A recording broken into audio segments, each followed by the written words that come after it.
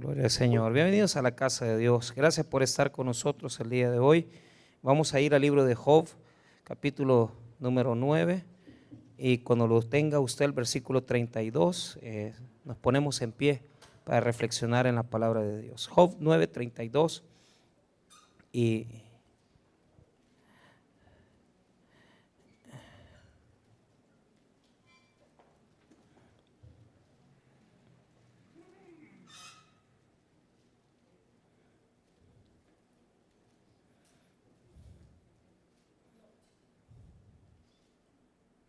vamos a leer esos versículos rapiditos. Vamos. Job 9, 32. La palabra de Dios dice así: porque no es hombre como yo para que yo le responda y vengamos juntamente a juicio. No hay entre nosotros árbitro que ponga su mano sobre nosotros dos. Leamos nuevamente el 32 y 33. Porque no es hombre como yo para que yo le responda y vengamos juntamente a juicio. No hay entre nosotros árbitro que ponga mano sobre nosotros dos. Oremos. Padre, bendiga su palabra, ayúdanos a reflexionar en ella. Te pedimos, Señor, que puedas ministrar nuestras vidas, nuestros corazones, y nos ayudes a recibir de parte tuya tu instrucción. Te damos las gracias en el nombre de Jesús. Amén y amén. Pueden tomar asiento. Muy bien. Vamos a ver el problema del mal. Ese es el título del mensaje, el problema del mal. El mal como tal es su forma, digamos, filosófica. Así se trata el tema. Cuando usted quiere investigar un poquito acerca del sufrimiento, de por qué se sufre, usted investigue el mal, el origen del mal, y ahí le va a comenzar a dar una cantidad de libros y temas en internet que le pueden ayudar. Ahora, mira, yo no pretendo tener una respuesta, o sea, no es esa la percepción que tenemos, sino que al contrario, es moldear un pensamiento con respecto a la cuestión del dolor, a la cuestión del sufrimiento, un poquito digamos, de opinión alrededor del tema. Y lo vamos a aprender con este libro, el libro de Job, para que nosotros podamos ir tocando algunos versículos importantes. Muy bien, ¿de qué se trata todo esto? Hablemos del libro de Job como tal. El libro de Job trata de la historia de un patriarca que esto, hermano, está bien documentado en investigación, ¿verdad? En el hecho de que desde hace mucho tiempo en las áreas de Mesopotamia existieron también otros relatos míticos, o sea, relatos que venían de parte de una zona donde se comenzaba a hablar de hombres muy poderosos, de hombres que tenían poder económico y que fueron probados en diferentes áreas, probados en diferentes situaciones de su vida. Entonces, cuando usted comienza a ver epopeyas y comienza a ver historias de Mesopotamia, usted ahí comienza a documentarse que el problema de hablar del sufrimiento de la gente buena, eso es algo que ya tiene años, o sea, siglos, que ha sido investigado. Entonces, el libro de Job es la compilación o la presentación de la razón del por qué se sufre en la mente judía. Eso es lo que está tratando de hacer el escritor. El escritor lo que está haciendo es tratando de dar una opinión bíblica, una opinión a la luz de Dios, de cómo el pueblo judío interpreta el dolor, interpreta el sufrimiento, interpreta las cosas malas que pasan. Entonces, el libro de Job va a desarrollar una gran, digamos, una explicación muy larga que va a durar alrededor de 42 capítulos, donde el tema es el siguiente, y se lo voy a explicar rapidito. Capítulo 1 y 2, está este hombre muy prosperado, muy grande económicamente, y lo que sucede es que nos narra una historia en el cielo y una en la tierra. Entonces es interesante porque personas que tienen mucho conocimiento proponen que se podría hacer una obra dramática donde se podría poner el escenario del cielo y el escenario de la tierra, ¿verdad? Porque el problema es que allá en el cielo está la corte de Dios y está Dios alrededor de todo su gobierno que tiene eterno, universal, y de repente pues aparece un ser llamado Satán, ¿verdad? Este Satán que aparece en este libro pues tiene muchos siglos que pasar, porque acuérdense que este libro se data, tiene dos dataciones reales, ¿verdad? Una es una datación de casi 800 años antes de Cristo y claro, la historia es antigua, pero se escribió hasta 800 años antes de Cristo, y otra que data de unos 500 años antes de Cristo. Pero lo que sucede es de que el Satán que aparece ahí no es como el que nosotros conocemos ya moderno, que tiene cachos, que tiene cuernos. No, este Satán es un enemigo, es un adversario. Satán, el nombre Satanás es adversario, ese es lo que significa. Y Satán es una función, no es un nombre. Eso es bien interesante, porque no es que se llame Satán, sino que la función que tiene Satán es de ser adversario de su pueblo. Entonces Dios está en su trono, está en su corte, y de repente le pregunta a Satán, ¿verdad?, ¿qué has andado haciendo? Entonces Satán prácticamente dice que ha andado dando vueltas, ¿verdad?, a la circunferencia de la tierra, y que él ha estado dando vueltas en la tierra. Entonces le pregunta a Dios a Satán, le dice: ¿y has visto a mi siervo Job, hombre perfecto, recto? Dice, o sea, imagínese en la Biblia cuántas veces a una persona se le dice perfecto o recto. O sea, eso de pocos hombres, y uno de ellos es Job. Entonces Dios dice que Job es perfecto y recto. Entonces Satán dice: sí, es que él es perfecto y recto y te adora porque tú le das todos sus bienes. Entonces ahí comienza una componenda que los americanos han dicho que es una apuesta del diablo. Así le han dicho escritores teológicos como David Jeremiah, ha dicho que esa es la apuesta en el cielo, ¿verdad? O sea, que Satán apostó con Dios y le dice: vaya, Satanás le dice a Dios: quítale lo que tiene y ya vas a ver que te va a dejar de adorar. Y Dios accede a eso, accede a que le toque la vida, ¿verdad?, que le toque ciertas cosas de su vida. Entonces, en la primera prueba, en el primer día de prueba, Job va a perder en la tierra, ¿verdad? Primero él va a perder sus bienes, o sea, va a ser invadido por enemigos, y él va a perder los bienes materiales. Y lógicamente en ese mismo día él va a perder su familia. Entonces en el primer relato él pierde, ¿verdad?, los bienes materiales, y pierde también sus hijos, o sea, su familia y sus bienes materiales son tocados. Y esto es tremendo, es tremendísimo. ¿Por qué? Porque eso va a ser en el primer día de prueba, pero al final de ese día Job va a prevalecer, y Job va a decir: no, yo sigo adorando a mi Dios, yo sigo adorando a Dios. Y dice: desnudo salí del vientre de mi madre, desnudo volveré allá. Jehová dio, Jehová quitó, sea su nombre bendito por los siglos de los siglos. Entonces pasa la primera prueba, pero después vuelve otra vez al ataque Satanás, y vuelve a darse la misma conversación en el cielo. Satanás, ¿qué has andado haciendo? Dando la vuelta. Entonces, ¿has visto a mi siervo Job? Sí, y él te adora, él te adora porque vos le has dado esto. Ahora, Satanás ahí dice una palabra, dice piel por piel, dice. Eso ya quiere decir, tocale lo que él más ama, tocale lo que él más ama. Y ahí, hermanos, en esa segunda prueba, Dios le va a dar permiso a Satanás que le toque su cuerpo, que le toque su salud. Entonces, claro, habrá personas que si le tocan los bienes materiales, si le toca ¿cómo se llama?, un carro, si le tocan incluso habrán personas que si les toca tal vez un hijo, tal vez soporten la prueba. Pero imagínate, ya no solamente te tocó tus hijos, te tocó tu economía, sino que también te tocó la salud. Ahí ya topaste, porque se te juntaron tres cosas y ya tú llegaste a un punto donde, bueno, ¿y ahora qué hago, verdad? Entonces, pero aún ahí que hay una apuesta, o sea, Satán le dice piel por piel, tocale lo que él más ama, le dice. O sea, y Dios le da permiso a Satán que le toque la salud.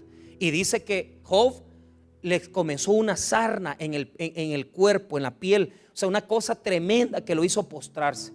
Entonces, ahí, hermanos, es tremendo, porque termina el capítulo Y él aún así no desfallece, porque platicando con su esposa, que también le dice, la esposa no le ayuda en nada, ¿va? O sea, la esposa le dice, maldice a Dios y muérete. Es que las mujeres, ¿va? Cuando ya uno está bien acabado, ahí le llega. O sea, mira cómo te tiene Dios, ¿verdad?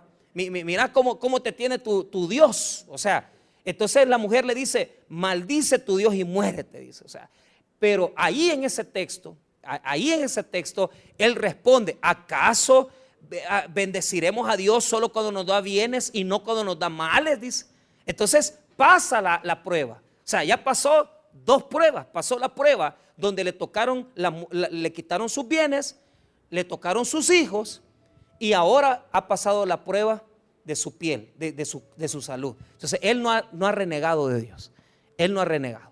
El problema es en el capítulo 3, porque ahí sí se le desmorona la vida. O sea, en el capítulo 3 él siente morirse. Es el capítulo más oscuro. Se llama la noche oscura, porque ahí Job se le desmorona su vida, siente que quisiera morir, siente que su vida es un error, que no debería haber nacido. ¿Cuántos han tenido en este día o en su vida pensamientos que dice, yo para qué nací?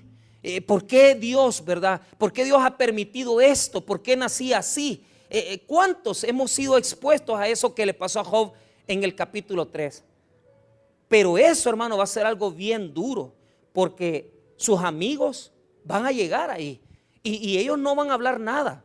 El problema es que cuando ya comienzan a hablar en el capítulo 4, ahí va a ser el problema, porque además que él se siente desmoralizado, se siente triste, se siente acongojado, sus amigos no le ayudan. O sea, la mujer no le ayudó, pero tampoco sus amigos le van a ayudar. Sus amigos van a seguir en el mismo lío. Es que y mire, se lo voy a explicar rápido.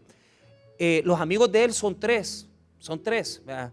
El primer amigo es Elifaz, Bildad el segundo y Zofar el tercero. Entonces hablemos de Elifaz, que aparece en el capítulo 4. En el capítulo 4 Elifaz le va a decir, es que mira, vos sos pecador, por eso estás sufriendo, y a mí eso me lo ha revelado un espíritu, y por eso te estoy diciendo que vos sos pecador, y por eso vos estás sufriendo. Entonces, cuando hay en nuestra vida, fíjate bien, no es necesario que alguien se acerque a nosotros para que nos sintamos infelices. Pero si ya nosotros nos sentimos como Job en el capítulo 3, que sentimos la muerte y sentimos que no debimos haber nacido, y sentimos una gran depresión, porque Job en el capítulo 3 lo que tiene es una depresión. Imagínate, tus amigos se acercan y te dicen, es que sí, Dios te está castigando, Dios te está haciendo sentir mal. O sea, ¿cuántos de nosotros manejamos en nuestra mente esa filosofía? Que Dios, si nos pasa algo malo, es porque Dios nos está castigando. Y si nos pasa algo malo es porque Dios quiere cobrarnos, ¿verdad? Porque somos malos y porque algo malo hemos hecho. Y tenemos una sombra de que aunque nos pasen las cosas malas, después sentimos que Dios nos está cobrando las de atrás, ¿verdad? O sea, que todavía seguimos pagando las cosas malas. O sea, Job se hundió en una depresión terrible y dura, porque realmente Elifaz, su primer amigo que habla, no le ayuda en nada más que solo en acusarlo del pecado. Entonces, el capítulo 9 se da en esa relación. Ya pasaron a hablar sus 2 primeros amigos. Elifaz le dijo, oí lo que le dijo Elifaz. Elifaz le dice, un espíritu me dijo que vos has pecado.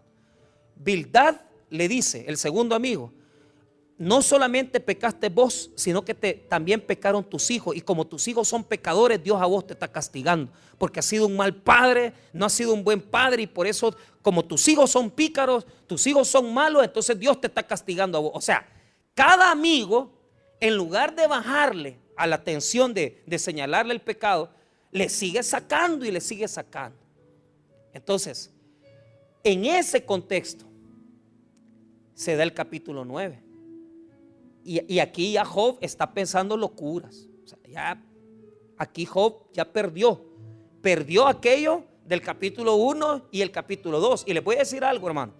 No es que él nunca va a hablar mal de Dios, pero solo eso le faltó.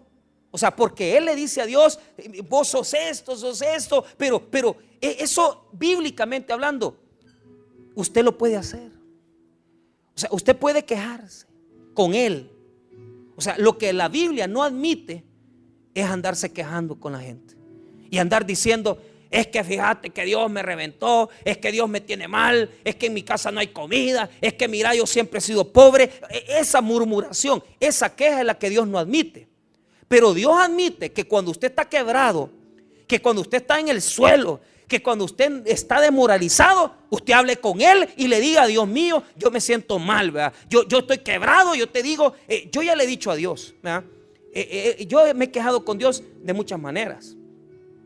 Pero solo para que tenga una idea, vea lo que dice el capítulo 3, solo vea para que cómo se sentía él. En el capítulo 3, mire lo que dice el versículo 6. O sea, está pasando una depresión tan fuerte, tan dura. Versículo 6.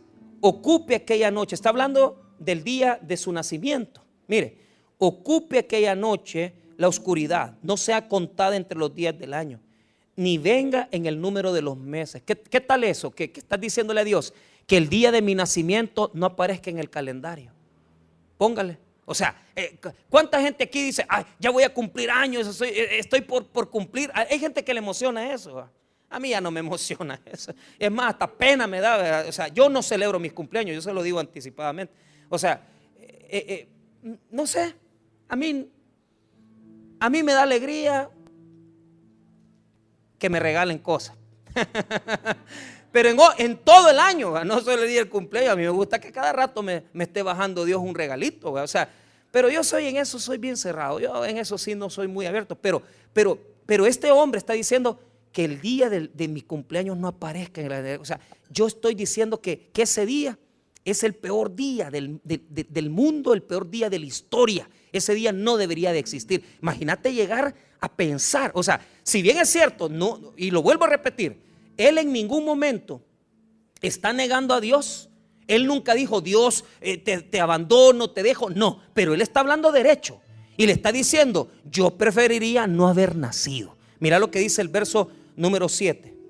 O que fuera aquella noche solitaria, que no viniera canción alguna a ella. Maldíganla los que maldicen el día, los que aprestan para despertar a Leviatán. Oscurezcanse las estrellas de su alba, espere la luz y no venga, ni vea los párpados de la mañana. O sea, está hablando que ese día debería haber sido oscuro totalmente, que no debe haber sol en ese día, y que es un día, hermano, nefasto, oscuro. O sea, él está hundido, hermano, hundido en una cosa tremenda, está deprimido, triste. Entonces, cuando nosotros estamos así, yo así honestamente he llegado a momentos en mi vida donde yo he dicho: definitivamente seguir sirviendo valdrá la pena. Yo le digo, llegó un momento, y lo recuerdo bien, ¿verdad? Porque hubo una vez que a mí esto me lo enseñó el pastor, ¿verdad? El pastor general. Y yo le decía a Dios, ¿verdad? Algo que yo escuché de él en un sermón. Él decía que cuando él se ponía a hablar con Dios, él le decía: y mira, y para esto soy tu hijo, y para esto soy tu servidor, y para esto yo me he convertido al evangelio, y para esto yo estoy predicando la palabra. ¿Por qué? Porque yo decía: si le sirvo tanto a Dios, entonces ¿por qué me van a pasar estas cosas a mí? Entonces, pero a mí no me funcionó como el pastor general, porque el pastor dice que él hizo esa oración ahora y el día de la mañana ya Dios le había arreglado todo. Yo se lo seguí repitiendo a Dios, pero a mí no me resolvió eso, ¿va? Entonces, porque somos diferentes. O sea, usted no se puede llegar a acercar a hablar con Dios con los mismos argumentos. Lo único que sí le voy a decir es que he estado deprimido muchas veces en mi vida y he deseado ir y decir: hasta aquí ya no más. ¿Y para qué voy a seguir de pastor? ¿Y para qué vamos a seguir sirviendo? No, hombre, si para estar en el ministerio, mejor. Fíjese que a mí muchas personas jóvenes que quieren estudiar teología, ellos están equivocados. Ellos creen que esto de estudiar teología y de estar en el ministerio es algo que, ay, ya voy a trabajar, voy a predicar, voy a ser famoso, voy a tener pisto, voy a tener carro. Estás perdido completamente. Es al contrario, es renunciar, es morir, es dejar las cosas que vos amás, es estar en una vida donde no vivís para vos, sino que vivís para Él. Y eso es bueno, pero ¿cuál es el problema? A la gente no le gusta morir. A mí me dijo un gran amigo mío, médico, me dijo: pastor, me dijo, yo le quiero decir una cosa. Voy a estudiar para pastor, voy a estudiar para ser pastor, pero le quiero decir algo, yo no quiero sufrir, porque yo sé que cuando uno se mete al seminario, uno sufre. Ay, doctor, le dije yo, ahí sí estamos bien fregados, le digo, porque eso sí, esa materia de sufrimiento y de humildad, usted las tiene que cursar. O sea, no vienen en el pensum, ¿verdad? Pero que pasar la materia de humildad, te la pasás, papá. O sea, porque vas a pasar por algunas cosas duras, ¿verdad? Y la otra es sufrimiento. Ahí viene la materia ya, sufrimiento, ¿verdad? Entonces, él se acuerda que yo le dije, porque él quería que yo le dijera, no hombre, no se preocupe, doctor, métase, estudie. No, yo le dije la verdad. Y fíjese que se metió, se graduó y terminó de estudiar sin pasar por una crisis. El problema fue después. O sea, pasó 1 año y medio, 2 años, hermano. Tremendo. Una enfermedad que le había dado, se descompensó todo, llegó a pesar un poquito de libras. Y, o sea, es que mire, hermano, el dolor va metido en el proceso de nuestra formación cristiana. Y eso así es. O sea, y yo no le voy a mentir, no le voy a decir, mire, usted hágase evangélico y aquí no va a sufrir y aquí usted va a tener carros y va a tener prosperidad. Cierto, pero después que usted ha pasado por un proceso duro, donde el sufrimiento va a la par del abandono, muchas veces la soledad, y momentos donde nos vamos a sentir como Job, donde vamos a decir, hey, no hombre, esto no es terrible, Señor, no me hagas esto, no me hagas esto. Y van a llegar momentos en tu vida donde tú vas a estar derrotado como Job. Pero veamos, todo esto del dolor, de la depresión y los amigos, lo llevó a Dios a hablar con Dios y decirle, yo quiero que nos discutamos. Quiero que nos discutamos. Entonces en el capítulo 9, él va a señalarle a Dios 3 cosas dolorosas que Dios hace en el momento del dolor. 3 cosas dolorosas. Número 1, eso lo podemos encontrar en el capítulo 9, en el versículo 2 en adelante. Lea conmigo. Ciertamente, 9:2, ciertamente yo sé que es así. ¿Y cómo se justificará el hombre con Dios?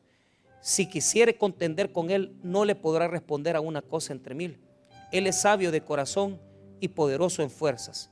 ¿Quién se endureció contra él y le fue bien? Él arranca los montes con su furor y no saben quién los trastornó.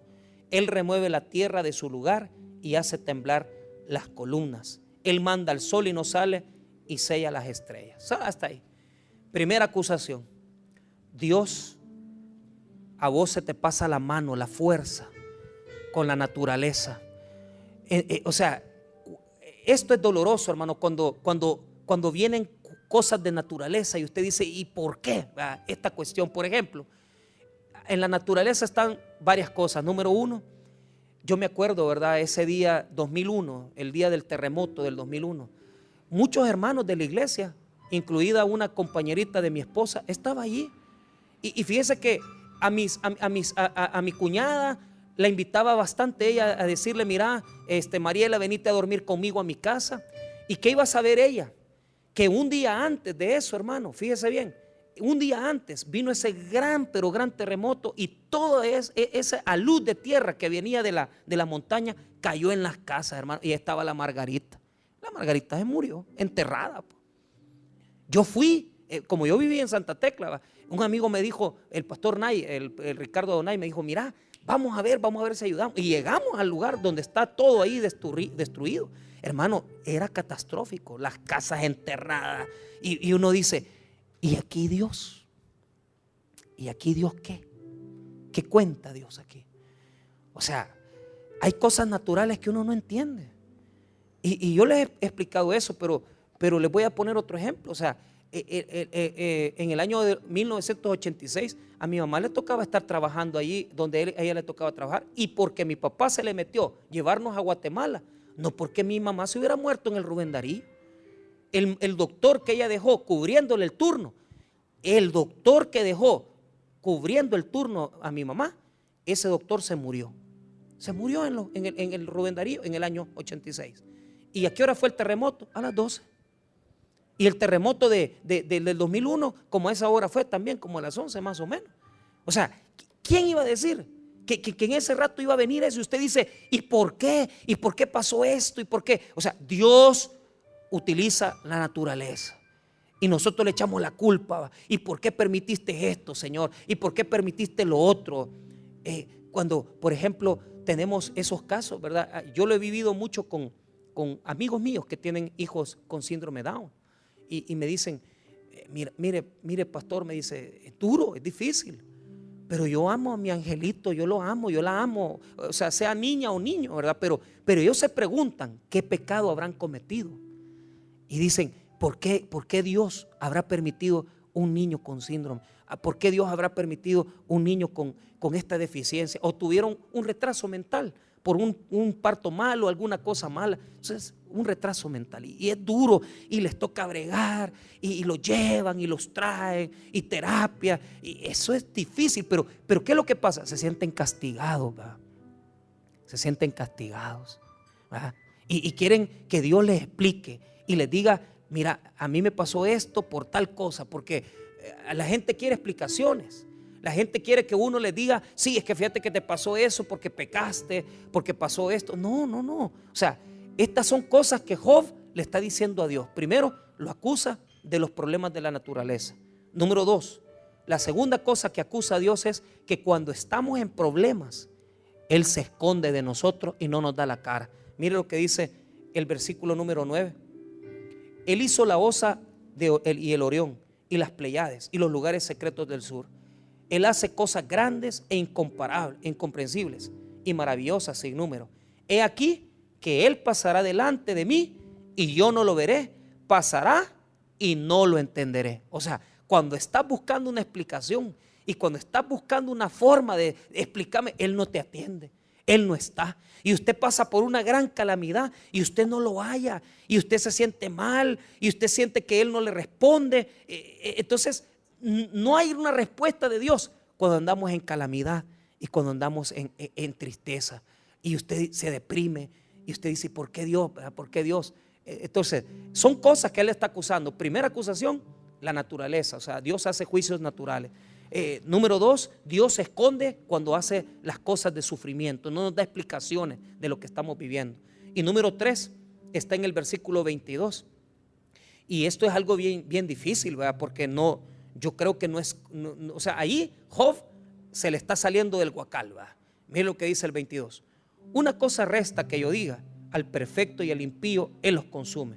Se azota, mata de repente, se ríe del sufrimiento de los inocentes. Imagínate. O sea, le está diciendo a Dios que se ríe de las cosas malas que nos pasan.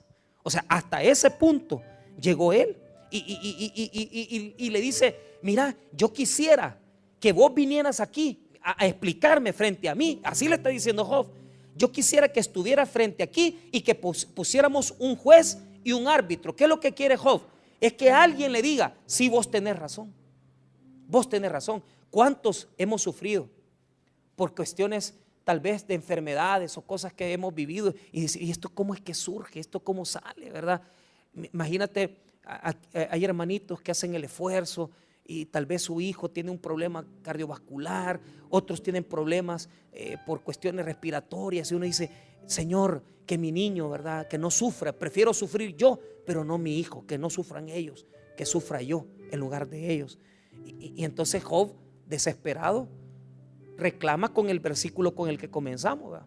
O sea, que es donde le dice, quiero que te pongas aquí y quiero un juez que me diga por qué me están pasando estas cosas y un árbitro que diga si yo merezco esto, porque yo no me he portado mal, yo he hecho las cosas, he servido, he estado en las cosas de Dios. ¿Cómo es posible que me esté pasando esto, este embargo, este choque, esta enfermedad? ¿Y por qué? Pues, Señor, si yo estoy en las cosas tuyas, tráeme un árbitro y que el árbitro diga si vos tenés razón o yo tengo razón. Mire lo que dice el 32. Ahí ese versículo es pidiendo un árbitro, porque no es hombre como yo para que yo le responda y vengamos juntamente a juicio. No hay entre nosotros árbitro que ponga su mano sobre nosotros dos. O sea, él quiere que venga y diga, no, vos tenés la razón, vos tenés la razón. Lo que Job quiere que Dios le diga es, Sí, Job, estás sufriendo y no tenés razón de sufrir, porque vos sos bueno. Eso es lo que Él quiere que diga Dios.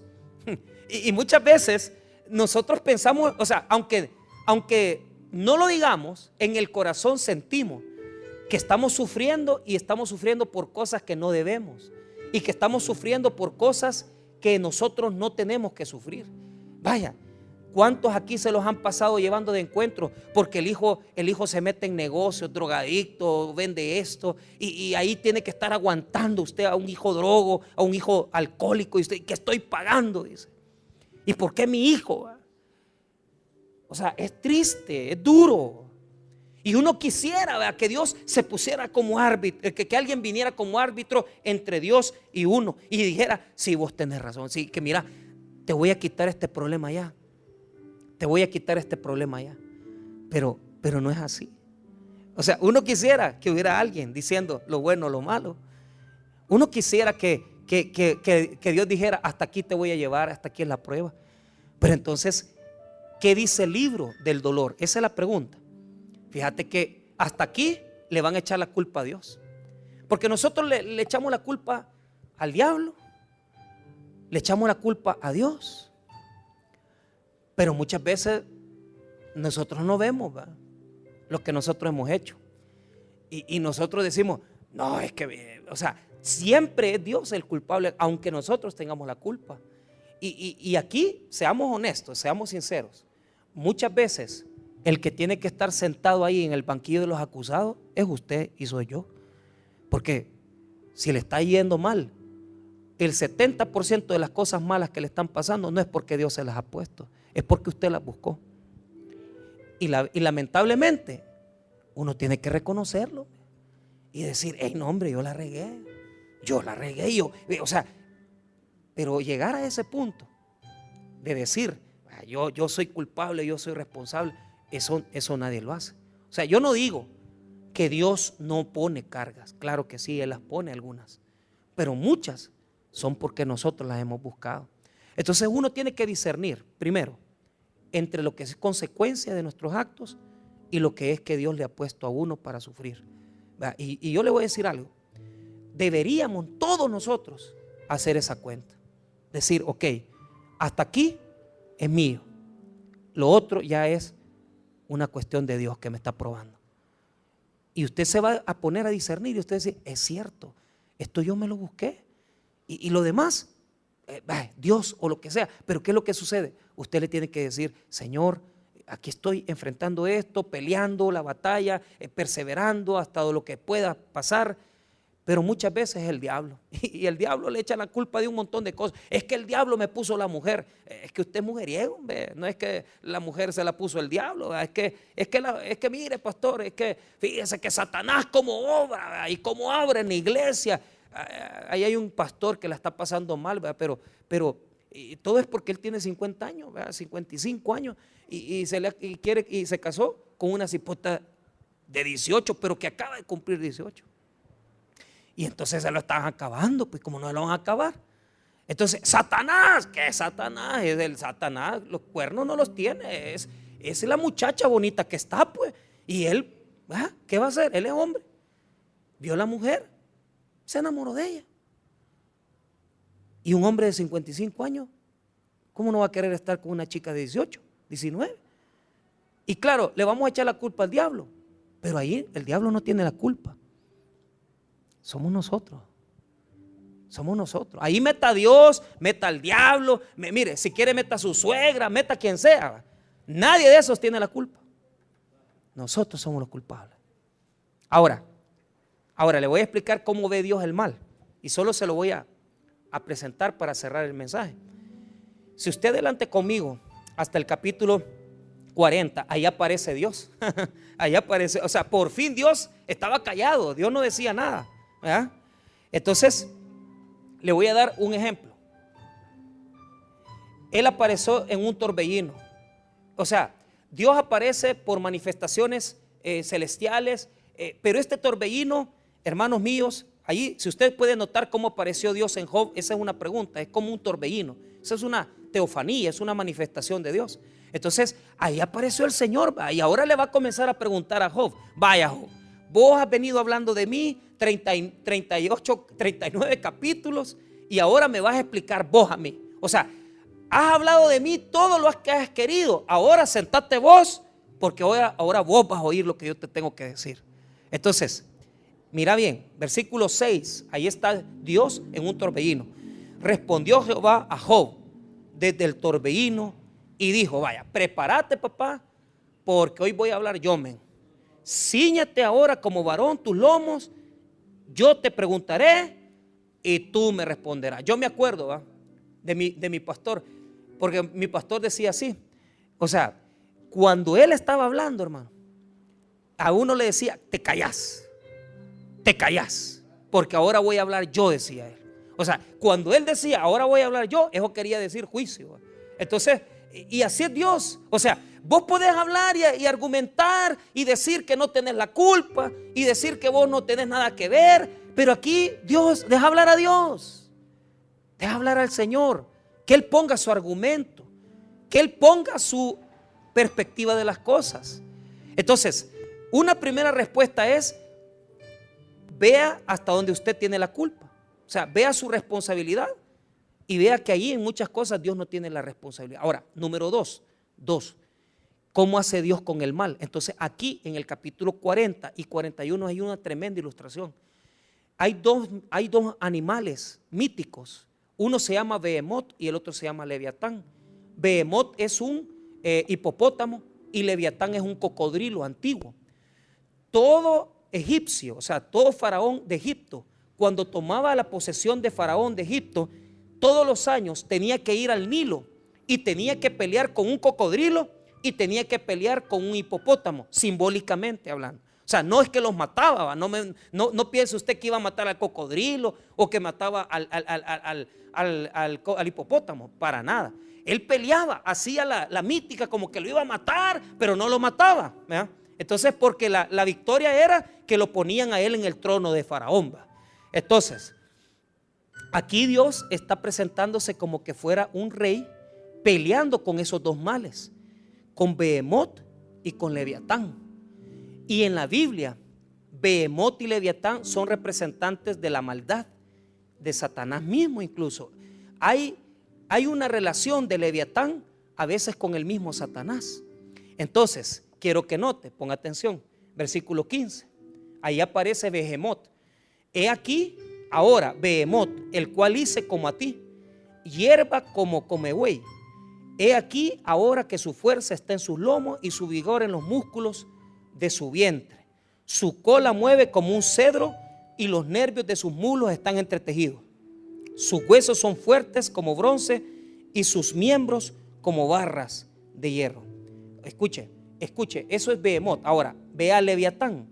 Mire lo que dice de Leviatán, versículo 41, verso 1. 41:1, mire. ¿Sacarás tú a Leviatán con anzuelo o con cuerda que le eches en su lengua? ¿Pondrás tu soga en sus narices y horarás con garfio su quijada? ¿Multiplicará él ruegos para contigo? ¿Te hablará en lisonjas? ¿Hará pacto contigo para que lo tomes por siervo perpetuo? ¿Jugarás con él como con pájaro o lo atarás para tus niñas? Entonces, o sea, poné atención ahí. Está Leviatán y Behemoth, y lo que dice los dos capítulos es que Dios domina a Leviatán y domina a Behemoth. O sea, Él domina al hipopótamo y domina al cocodrilo. Yo quiero decirte algo. En el Antiguo Testamento Satanás es serpiente. En el Antiguo Testamento Satanás es una serpiente que aparece en el libro de Génesis, pero también aparece como un dragón. En el Apocalipsis aparece como un dragón. Pero lo que sucede es que yo no sé qué figura puede tomar el mal. A veces tenemos la imagen que Satanás es feo como un dragón o como una serpiente, y Satanás toma formas diferentes en nuestra mente y corazones, pero todo mundo tiene cierta reserva, porque las cosas del diablo la gente le tiene un poco de temor y le tiene cierta reserva, porque saben que Satanás tiene poder y Satanás tiene cierta influencia. Y Satanás, hermano, y la brujería, las hechicerías, vamos a ver si no tiene poder. Porque si usted va a donde uno de estos señores brujos, ellos le hacen unas grandes cosas y toda la cuestión. Y la gente cree en eso, en brujería, creen en hechicería. A veces usted escucha la radio y oye a esa gente que dice, mire, es que a usted lo tienen, le han hecho un entierro, dicen, o sea, le han hecho alguna cosa mala porque está enamorado de fulana o de mengana. Mire, también yo no puedo negar que hay personas pícaras y malas que andan asesinando, que andan también, hermano, robando. Y hay personas, hermano, que no se les nota, pero que en las grandes esferas de poder político también tienen fuerza demoníaca, porque meten situaciones como, por ejemplo, en la misma política, todo es hipocresía, todo es suciedad. Y también, hermanos, se negocian intereses, se les pagan para que se les permitan negocios a ciertas personas. Mire cómo estaban vendiendo la isla en la Unión, ¿verdad? Porque ya los chinos la querían agarrar y poner ahí sus cosas, ¿verdad? O sea, uno no sabe las esferas de poder que manejan.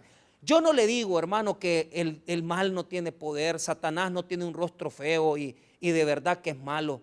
Pero no importa, porque el capítulo 40 y capítulo 41 enseñan que Dios tiene el poder sobre toda la maldad en este mundo, hermano. Y que muchas veces nosotros esa maldad nos va a tocar, porque nos va a tocar enfrentar algún problema, alguna enfermedad, alguna dificultad. Dios quiere tenerlas en control, Dios quiere tenerlo en dominio, pero a veces se le suelta el mal. Él quiere dominar y tener una posesión sobre él.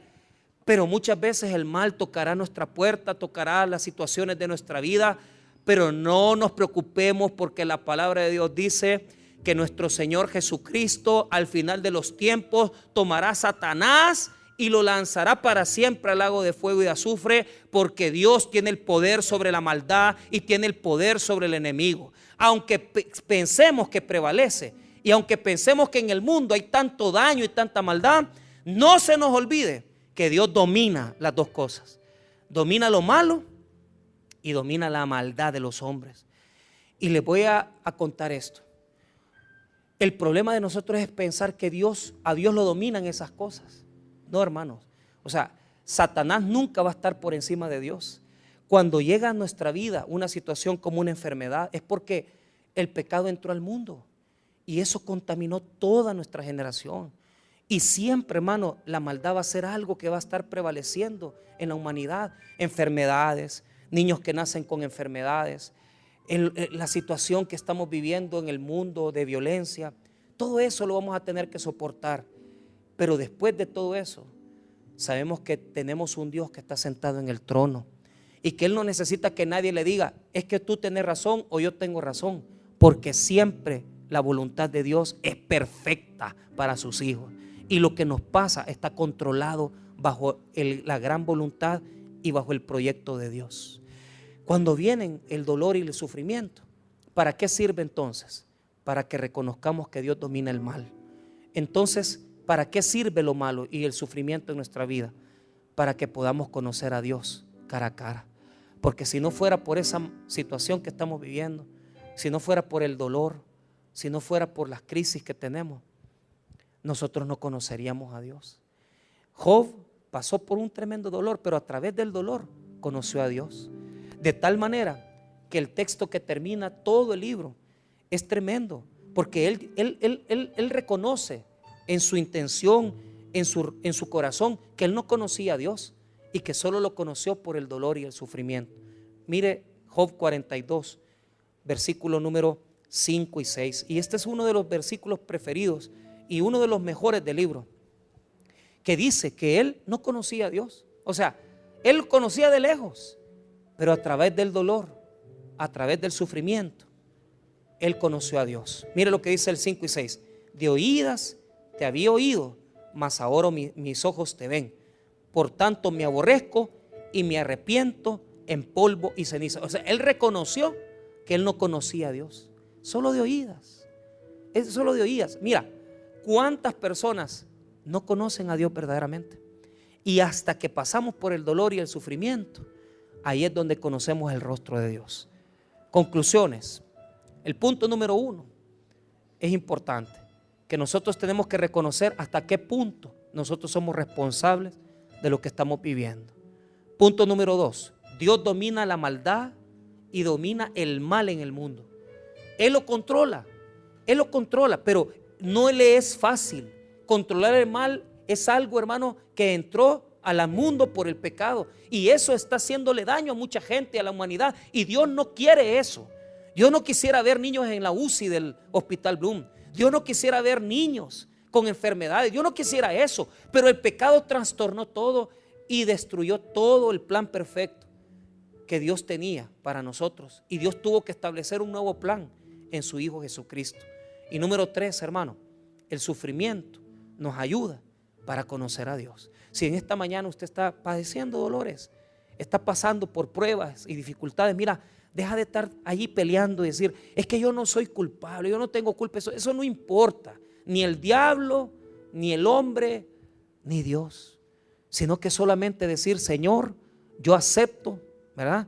Yo acepto que no he podido dominar mi decisión, yo acepto que mi carácter es malo, yo acepto que te he fallado, pero ayúdame, Señor, levántame. Y este proceso de dolor te va a ayudar a encontrar a Jesucristo cara a cara. Ahí en el dolor, ahí está Jesús. En el llanto está Jesús. Cuando nosotros no sabemos qué hacer, ahí está Jesús. Cuando estamos confundidos, queriendo tirar la toalla, ya no aguantamos tanto dolor, tanto sufrimiento, ahí está Jesús. Y cuando sentimos que nuestra vida no tiene sentido, ahí está Jesús. Y cuando ya no aguantamos y le hacemos preguntas a Dios, ¿por qué Dios esto? Ahí está Jesús. De oídas te había oído, pero ahora mis ojos te ven. El sufrimiento nos purifica, el sufrimiento nos hace ver a Dios, el sufrimiento nos hace ser mejores hijos y mejores hijas de Dios. Y si en esta tarde estás pasando cualquier dolor, yo quiero decirte que Dios está en el dolor y que Él quiere fortalecerte y bendecirte. Y si por cualquier razón no sabes por qué estás pasándola mal, no te preocupes. A su tiempo Dios te va a revelar y te va a enseñar la razón, y tú vas a saber perfectamente por qué Dios permitió eso en tu vida. Humillémonos ante Dios y repitamos ese versículo. De oídas te había oído, mas ahora mis ojos te ven. Por medio del dolor, por medio de la tristeza, conocemos a nuestro Señor Jesucristo. Vamos a orar, hermanos. Padre, te damos gracias por tu palabra.